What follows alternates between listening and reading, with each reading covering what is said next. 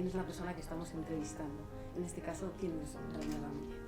Bueno, en este momento René Ramírez ocupa la cartera de Educación Superior, Ciencia y Tecnología como presidente del Consejo de Educación Superior, ministro de Educación Superior, Ciencia y Tecnología. La una es una cartera de Estado, la otra es del gobierno, y sobre todo un académico, ¿no? Un académico que cree en una transformación social, ¿no? Vamos a hablar un poco de esa transformación, Ecuador antes y después del 2006. Bueno, Ecuador antes del 2006, yo siempre digo, uno de los temas más importantes era una sociedad que tenía atravesada la cultura de la derrota, ¿no? La cultura del no se puede, la cultura de la resignación. Y obviamente con el proceso de revolución ciudadana, uno de los impactos más fuertes para mí es ese incremento, esa subida de la autoestima en el marco de saber que la sociedad ecuatoriana puede construir un proyecto social colectivo que permita conseguir las metas que desea como sociedad, ¿no? Eso era impensable antes, éramos una sociedad hipercolonizada, ¿no? Con estructuras mentales en las cuales realmente ya era por default nosotros íbamos a ser siempre dependientes, ¿no? Dependientes de alguien más. Y obviamente en este momento existe un nivel de efervescencia, de ebullición social que te permite ya decir sí podemos y podemos conseguir lo que nosotros queramos, ¿no? Con un claro proyecto de sociedad completamente diferente a la sociedad que se pactó en el 98, una década más neoliberal, que tiene que ver con la construcción de una sociedad completamente excluyente, ¿no? Excluyente y elitista, ¿no? Lo que cruza para mí como punto fundamental ahora es esa reivindicación de los procesos de democratización y esa conciencia social de demandar derechos sociales en beneficio de todos, ¿no? Existe un cambio ahí estructural que tiene que ver más con el índole subjetivo, ¿no? Podría dar indicadores objetivos, términos de pobreza, desigualdad, etcétera, que realmente también son cambios estructurales, ¿no? O sea, la disminución de todos los niveles de pobreza medidos objetivamente, subjetivamente, por ingreso, por consumo, por necesidades básicas insatisfechas, por pobreza multidimensional, el tema de la reducción de la desigualdad, son indicadores que realmente se han conseguido en estos casi 9 años, pero el cambio fundamental es este cambio de la recuperación de la esperanza en la sociedad ecuatoriana, de poder conseguir lo que nosotros deseamos conseguir, ¿no? Un logro muy importante que desde luego mueve a toda una ciudadanía. ¿Algún límite de la revolución ciudadana? Quizás no habernos dado cuenta del propio impacto, de la velocidad del cambio del impacto cultural en el propio proceso político, ¿no? Eso es algo que no fueron a la misma velocidad, desde mi punto de vista. El cambio social fue una velocidad más rápida, que ahorita intentamos recuperar ese tiempo perdido, de lo que implicó el cambio político de Alianza País y del proceso político, ¿no? Entonces, este es un momento crucial para ver si es que tenemos esa capacidad de retomar ese tiempo y esa brecha que existe entre el cambio social y el cambio político que necesitamos para continuar el proceso político, ¿no? Es uno de los principales límites desde mi punto de vista que, por suerte, creo yo, nos dimos cuenta a tiempo y estamos a tiempo todavía para recuperar ese tiempo, ¿no? Qué lindo. La educación en Ecuador, un tema también que es base y cambia todo, ¿no? Bueno, yo creo que esto es uno de los, en términos sectoriales, uno de los temas fundamentales, ¿no? Y voy a hablar más en el área de la educación superior, ¿no?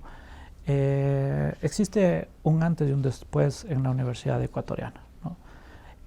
Yo creo que es un proceso que se puede hacer, y esto es lo bonito, porque sobre todo los estudiantes son los que apoyan el proceso de transformación, ¿no?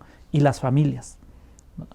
Yo siempre digo que las instituciones que son más conservadoras son la iglesia, los militares y la universidad. Y si es que hubiese sido por, en este caso, las autoridades de las universidades, no hubiésemos hecho el cambio. El cambio estuvo acompañado y fue factible porque tuviste un estudiantado y una padre de familia y una ciudadanía que impulsó este cambio, ¿no?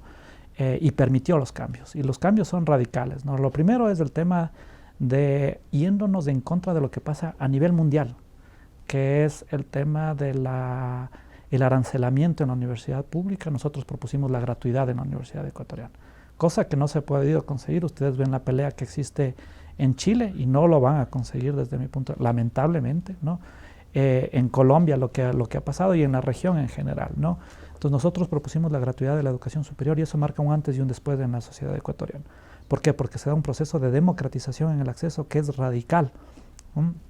Este momento, de cada 10 personas que ingresa a la universidad, 7 son primeras generaciones de sus familias que entran en la universidad. 4 veces más de lo como encontramos nosotros el país. Se duplicó la matrícula del 20% más pobre, de los indígenas, de los afroecuatorianos. Entonces se ha dado un proceso de democratización en el acceso. No ha sido suficiente con que incremente la matrícula, porque puede incrementar la matrícula y pueden seguir yendo los mismos estratos ricos como era antes de la Revolución Ciudadana. Ahora, a más del incremento de la matrícula, se ha dado un incremento de la democratización en el acceso. Pero en los procesos de transformación de la educación superior que se han dado en la región, uno tiene que tomar la decisión entre calidad y democratización, ¿no? En aquellos lugares donde se han ido por el lado de la democratización, se han ido en detrimento de la calidad y viceversa. En aquellos donde ha habido la prioridad de la calidad, se han ido en detrimento de la democratización. Nosotros hemos hecho las dos cosas a la vez, porque creemos que aquí quizás desde una perspectiva de una izquierda renovada no es suficiente con la democratización, porque si es que en esa democratización te están dando basura en la universidad, obviamente eso puede ser perjudicial para la propia sociedad. Entonces es necesario también incrementar los niveles de calidad del sistema educativo y eso también existe un antes y un después en el sistema de educación superior, ¿no? Los incrementos en términos de profesores a tiempo completo, profesores con doctorado, la eliminación de la precarización laboral docente. Ecuador es el país que más invierte en educación superior en toda la región, con el 2% del PIB, e incrementó del 1 al 2% del PIB. En la región está en el 0.8%. Se incrementaron los salarios de los docentes para que los docentes puedan vivir decentemente, dignamente, ¿no? El salario mínimo de un docente era $460, ahora cuando ingresaba, ahora es de $1.700 y puede llegar a $6.000, que le transforma al Ecuador en el país, de acuerdo a la paridad de poder adquisitivo, que más gana en términos salariales. Y una prueba en términos de calidad es que es el país que más publicaciones en revistas indexadas tiene en los últimos 4 años en términos de crecimiento de la generación de conocimiento. Entonces, son temas que se habla de un antes y un después y no me cabe la menor duda que va a ser uno de los principales ejes transformadores de la propia sociedad de aquí a futuro. No está sembrando esa semilla de la transformación social. Un concepto que manejas es el de emancipación del conocimiento. Sí, efectivamente, ¿no? Lo que nosotros ha habido en la región es una crisis de pensamiento, ¿no? Y yo creo que esa crisis de pensamiento ha llevado a la pobreza material que tiene la región y Ecuador, ¿no? Y en ese marco no puede haber una transformación social si es que no existe una transformación cognitiva, ¿no? Y es fundamental esto. No es que nosotros necesitamos una universidad que se adapte a un sistema capitalista.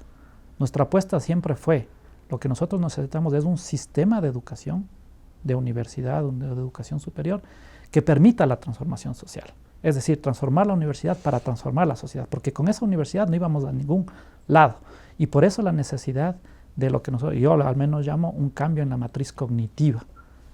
Sin ese cambio en la matriz cognitiva no va a haber una emancipación social. Entonces, donde más tenemos que seguir trabajando como proyecto político es en ese cambio en la matriz cognitiva para una transformación social una vez más. Claro, quizás ahí surgen los conflictos de una construcción del buen vivir dentro de los límites que impone el sistema capitalista. Completamente, ¿no? Y eso es un tema que yo creo que es uno de los retos que son fundamentales en términos materiales y subjetivos, ¿no? Aquí creo que ha habido un error en la izquierda latinoamericana, que se creyó que con un cambio en los factores materiales iba a haber un cambio cultural, ¿no? Un cambio social, ¿no? Si es que tú no disputas el sentido subjetivo de la transformación, al mejorar los indicadores de bienestar objetivo, tú lo que estás haciendo es reproducir el propio sistema. Entonces, es necesario tener una política deliberada de izquierda que trabaje sobre la construcción subjetiva de un ciudadano y no de un consumidor, ¿no? Nosotros vemos lo que pasa en Brasil, lo que pasa en Argentina, ¿no? En donde, como proyecto político, la necesidad de una construcción de una clase media es fundamental. Todos hemos cumplido eso, ¿no? Los países que han gobernado proyectos progresistas. Todos han disminuido la desigualdad, todos han disminuido la pobreza. Pero el gran punto es que esta nueva clase media, este momento, tiene las expectativas de ser un ciudadano de Estados Unidos con niveles de patrones de consumo de Europa, ¿no? En donde lo hace insostenible económicamente e insostenible democráticamente, ¿no? Porque llegado a ese nivel, ese ciudadano ya no le interesa que el que está más abajo pueda seguir subiendo, sino busca distanciarse, ¿no?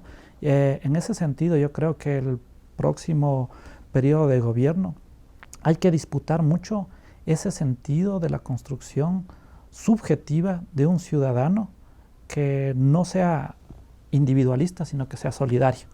Y eso implica tener políticas deliberadas en el propio campo de la educación, en sus regímenes académicos, en el propio campo de la recuperación más del laicismo, no de un laicismo social, de una radicalización de la democracia, de una democratización de los factores de producción, de una disputa en algo que es fundamental en esta construcción subjetiva que tiene que ver con respecto al tema de los más media, ¿no? La disputa política de los más media para construir un ciudadano es fundamental, ¿no?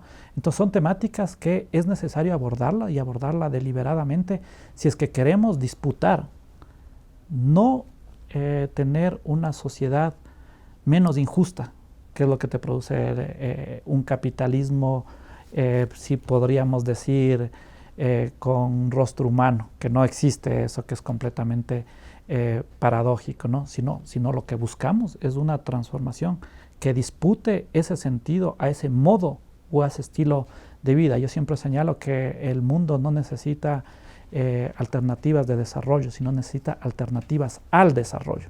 En nuestro caso, hemos planteado como proyecto social la construcción de la sociedad del buen vivir, ¿no? Y eso es lo que está en disputa. Esa fue nuestra construcción como proyecto político y como proyecto social, frente a esta construcción de la sociedad élite y excluyente, ¿no? ¿A eso te refieres cuando hablas de gran transición? Por supuesto. O sea, la disputa que nosotros estamos dando en este momento es la gran transición para esa gran transformación. ¿Cuál es la gran transformación? ¿Cuál es, desde mi punto de vista, la utopía? La utopía es lo que marca la Constitución, ¿no? Que es la construcción de la sociedad del buen vivir, que tiene otros valores completamente diferentes a la sociedad capitalista. Hemos definido ese horizonte de sentido, el punto es cómo llegamos, ¿no? Y por eso yo digo, ahí parafraseando a Polanyi, nosotros necesitamos, antes que una gran transformación, una gran transición, porque sin esa gran transición no vamos a poder hacer esa gran transformación, ¿no? Qué lindo. Ecuador dentro de América Latina, un poco... Bueno, Ecuador dentro de América Latina ha jugado un rol fundamental. Yo creo que ahí el liderazgo del presidente de la República ha sido fundamental, más cuando otros líderes de la región por A o B motivo ya no se encuentran aquí, como Chávez, como Néstor Kirchner, como lamentablemente la propia Cristina, ¿no? Ahora o Lula, ¿no? El papel o el rol que juega en esa perspectiva para mí fundamental, porque además no nos podemos pensar nosotros como país para una transformación de la mejora del bienestar de todos los ecuatorianos si es que no se da una integración latinoamericana. Es imposible pensarlo, ¿no? Más allá de que yo soy un fiel creedor que cree sistemáticamente en la ciudadanía universal, ¿no? Nosotros tenemos que empezar con la ciudadanía suramericana, ¿no? Y tenemos que construir un horizonte sin fronteras ya no solo como una cuestión utópica de una necesidad ideológica y política, sino como una necesidad de sobrevivencia social y material. Ecuador, en el largo plazo, yo le llamo en la construcción de una democracia humana sostenible, no es viable si es que no se da en el marco de una integración con el resto de países de la región.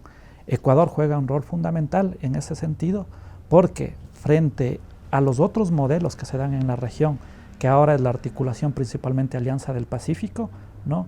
Y que se están dando, Ecuador todavía, nosotros como proyecto de país creemos en esa necesidad de unificarnos como región para poder seguir avanzando en la disputa de la construcción de otro tipo de sociedad, ¿no? Claro, ahí te pregunto qué es para ti una pregunta que siempre hacemos, ¿no? Porque vamos articulando esas voces que están en lucha por la dignidad. ¿Qué es para ti la dignidad? Bueno, la dignidad para el Ecuador es vivir bien, ¿no?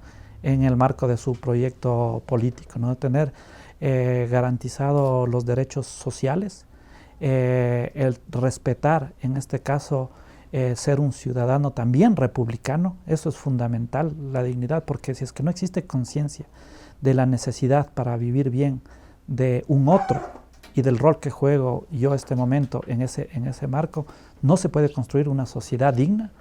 La dignidad se construye socialmente, colectivamente, no únicamente individualmente. Una sociedad sin pobreza, una sociedad no excluyente, una sociedad sin polarización abismal como ha existido en la época neoliberal, una sociedad mucho más igualitaria, una sociedad solidaria, ¿no? Son componentes que configuran en este caso la dignidad humana y la dignidad social. Y un tema fundamental es, en términos de dignidad, la soberanía y la eliminación de cualquier tipo de dependencia de factores exógenos para tomar las decisiones como país y como individuo, ¿no? Eso es fundamental. Mientras exista dependencia, que yo creo que la principal que se da en este momento es una dependencia cognitiva, nuestros países, y en este caso Ecuador, no podrá vivir dignamente, ¿no? Justamente eso de la dependencia cognitiva me hace reflexionar. A lo largo hemos estado recorriendo un poquito Ecuador y en algunas poblaciones nos han dicho que se cierran escuelas pequeñitas y los chicos pues se tienen que ir a estudiar un poquito más lejos, ¿no? Que genera dificultades también que no todos pueden acceder. Por ejemplo, en nuestro país se empezaron a cerrar las escuelas rurales y generaron esa migración campo-ciudad despoblándola. ¿Podría pasar eso en Ecuador o se piensa también en eso? No sé. Bueno, algo que nosotros tenemos que tener conciencia es que lo que ha estado excluido en este sentido en el campo, por ejemplo, de la educación, generalmente ha venido acompañado de una pésima calidad, ¿no? Que a su vez les ha excluido más a esos grupos poblacionales. Entonces uno podría pensar que sí, efectivamente, esa escuelita que se cerró en el último rincón de la Amazonía realmente está dejando sin escuela a ese ciudadano. Lo que nosotros creemos es que formando economías de escala y dando la posibilidad, por ejemplo, a través de mejoras en el transporte para que ese ciudadano pueda movilizarle, dar mejores opciones en términos de calidad a ese estudiante para que a su vez pueda seguir avanzando, creo que son salidas. O sea, uno podría ser populista y decir, no, que se abran en todos los rincones, ¿no? Pero ten la plena seguridad que eso va a llevar a una estratificación mucho más estructural de la sociedad, porque en ese último rincón no va a tener los mismos niveles o estándares de calidad que se tiene en las otras partes. Lo que nosotros buscamos es una convergencia de calidades igualmente buenas para todos, ¿no? Te puedo decir, por ejemplo, en el campo de la educación superior, nosotros eliminamos 17 universidades, cerramos, todas privadas, todas de mala calidad, ¿no? Y lo que se está produciendo en este momento no es que se ha disminuido la oferta para la ciudadanía, aunque ha incrementado la oferta, pero ahora ese incremento de esa oferta cada vez se da un proceso de convergencia para que tengamos una oferta universitaria igualmente buena para todos, ¿no? Algo que es fundamental en ese sentido es seguir trabajando en esa dirección, porque ahora hay una disputa de sociedades, ¿no? La sociedad que auspiciamos como proyecto político, en la cual los derechos, la salud, la educación, la seguridad social, la educación superior son derechos, ¿no? A aquellas propuestas de generalmente al estilo Macri, ¿no? Yo le llamo el retorno de la mercantilización y la bancarización de los sistemas universitarios, en donde la educación es un bien de consumo, ¿no? Es por eso, por ejemplo, que ahora en este mismo momento tenemos un debate que es fundamental, porque ¿cuál es la nueva estrategia del capitalismo, dado que se ha agotado el tema de la generación de rendimientos de ganancia? Lo que busca es tomarse aquellos espacios inmateriales que producen acumulación y generación de ganancia. Y estas son las instituciones de interés común, ¿no? Como por ejemplo la investigación, como por ejemplo la ciencia, como por ejemplo la propia educación. Y estamos en el debate en el cual nosotros buscamos que así se gestione particularmente la universidad y la educación superior no deja de ser un bien público. Por lo tanto, tenemos que evitar el fin de lucro. Y lo que hemos encontrado en el caso del Ecuador en 5 universidades es que realmente se está violando este principio y estamos enviando un proyecto de reforma para evitar ese fin de lucro, en donde lamentablemente vemos las peores prácticas en las cuales se articula la universidad con los Panama Papers, ¿no? Con los paraísos fiscales, ¿no? Entonces hay que disputar políticamente la no apropiación del capitalismo de esas instituciones de interés común, ¿no? Y esa es una disputa que se viene en Ecuador y en la región, porque es la nueva forma de acumulación del capitalismo. Yo le llamo el tránsito del capitalismo industrial al capitalismo cognitivo, ¿no? Y en ese capitalismo cognitivo, donde se está dando la nueva acumulación, es a través del intelecto, la innovación, el conocimiento, la ciencia, la tecnología. Por eso también hemos enviado un proyecto de ley en la cual disputamos, porque no es suficiente tener una educación pública de calidad, sino también es necesario disputar que la gestión del conocimiento se condiga con esa educación pública de calidad, que no sea un conocimiento que se gestiona mercantilmente y privadamente. Por eso este proyecto que le hemos denominado Código Ingenios, que busca disputar una recuperación del conocimiento como un bien público y común del Ecuador y de la humanidad, frente a las nuevas formas de apropiación del capitalismo, que es a través de la propiedad intelectual, que la hipermercantilización te lleva a un subuso social de ese conocimiento, ¿no? Que son las nuevas estrategias del capitalismo, ¿no? Ya no importa, por ejemplo, dónde se hacen las computadoras, sino quién tiene la propiedad intelectual de esas computadoras. Todas se hacen en maquilas en China, la India, México, Brasil. Eso ya no importa el proceso únicamente de industrialización, sino quién tiene la patente de esas computadoras. Y esos son los que se llevan toda la acumulación del capitalismo. Entonces nosotros intentamos disputar, obviamente en el marco de ser un país pequeño, que no tiene incidencia a nivel mundial, pero obviamente en ese marco intentamos disputar estos sentidos que tiene que discutir la izquierda latinoamericana y mundial, ¿no? Muchísimas gracias, René. A las órdenes, y perdón haberlos